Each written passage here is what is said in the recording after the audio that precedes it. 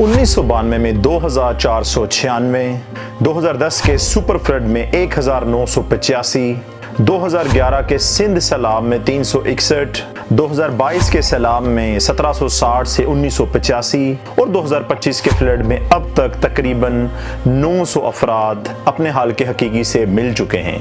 इसकी सिर्फ एक ही वजह है, फ्लड। पाकिस्तान के पास दुनिया के सबसे ज़्यादा ग्लेशियर्स हैं। अगर हम आर्कटिक के अलावा देखें तो 7000 से लेके 7200 तक ये ग्लेशियर दुनिया की सबसे बड़ी नेमत है पाकिस्तान के लिए। लेकिन गुजरते वक्त के साथ और माहौलियाती तब्दीलियों की वजह से ये ग्लेशियर्स दिन ब दिन पिघलते जा रहे हैं। पाकिस्तान के पास माहिरीन के मुताबिक टोटल दरख्तों की कुल तादाद सिर्फ 5 अरब है और इन्हीं माहिरीन के मुताबिक यही दरख्तों की तादाद कम से कम पाकिस्तान में 10 अरब तक होनी चाहिए।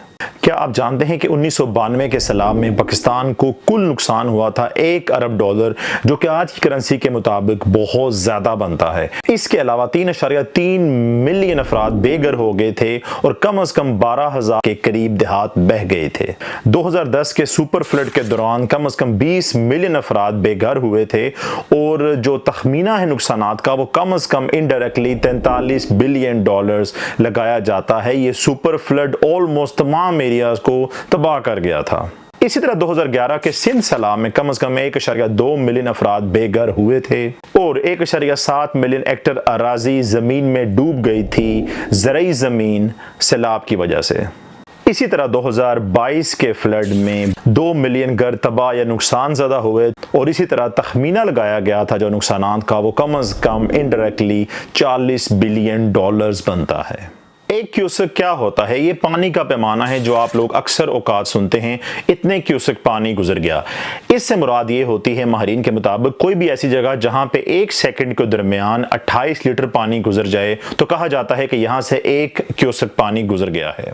इसके अलावा हम अक्सर सुनते हैं कि ऊंचे दर्जे का सैलाब या फिर नीचे दर्जे का सैलाब, औसत दर्जे का सैलाब, तो ये डिपेंड करता है दरिया के बड़ा होने पे। फॉर एग्जांपल जो सतलज और रावी दरिया हैं, अगर इनमें 2.5 लाख क्यूसेक पानी आ जाए तो ये इनकी गुंजाइश से ज़्यादा होता है और माहिरीन कहते हैं कि इनमें बड़े दर्जे का सैलाब आ गया है।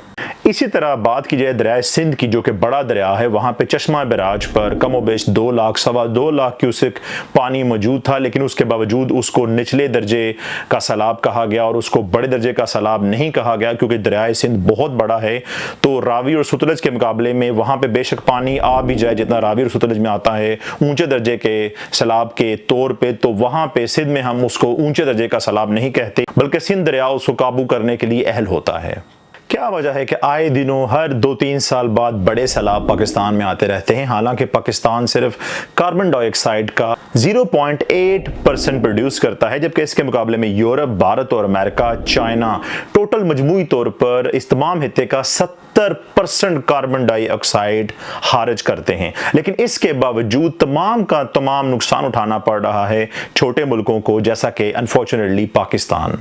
इसके अलावा सनती तरक्की भी इसमें बहुत अहम किरदार अदा कर रही है। सनती फुजला भी माहौलियाती टेम्परेचर को दिन के साथ साथ बढ़ा रहा है। इसके अलावा ग्लेशियर्स फटने का अमल तेज हो रहा है और एक और अहम बात, जो बारिशें पहले बहुत ज़्यादा दिनों में फैल के होती थी वही बारिशें अब सिर्फ चंद दिनों में हो जाती हैं। क्लाउड बर्स्ट जो पहले कभी पाकिस्तान में होता ही नहीं था अब तवातर से होने लगा है, जिसकी वजह से कुछ ही लम्हों में थोड़ी सी जगह पे बहुत ज़्यादा पानी फैल जाता है।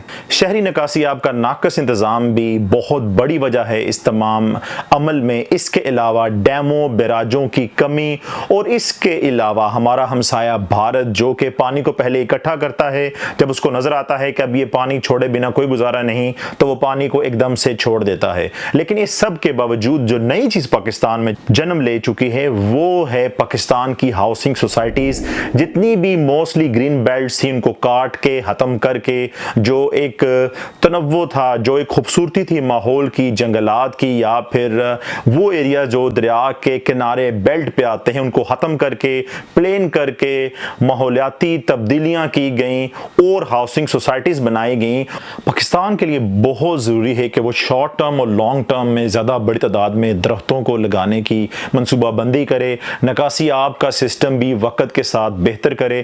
اس کے علاوہ جو ماحولیاتی تبدیلی ہے بڑے صنعتی ممالک کی وجہ سے، اس پہ بھی انٹرنیشنل لیول پہ اپنا مدعا اٹھائے۔ اس کے علاوہ گلیشیئر پگھل رہے ہیں، ان کے بارے میں سوچے، چونکہ آنے والے وقت میں تیاری کی جا سکے۔ اگر بہتر انداز میں ماہرین کی رائے لے کے ان تمام باتوں پر عمل کیا جائے تو ہو سکتا ہے فیوچر میں سیلاب تو آئیں لیکن ان سے ہونے والے نقصانات کو کم کیا جا سکے۔ اللہ تعالی ہم سب کا حامی و ناصر ہو۔ اللہ حافظ۔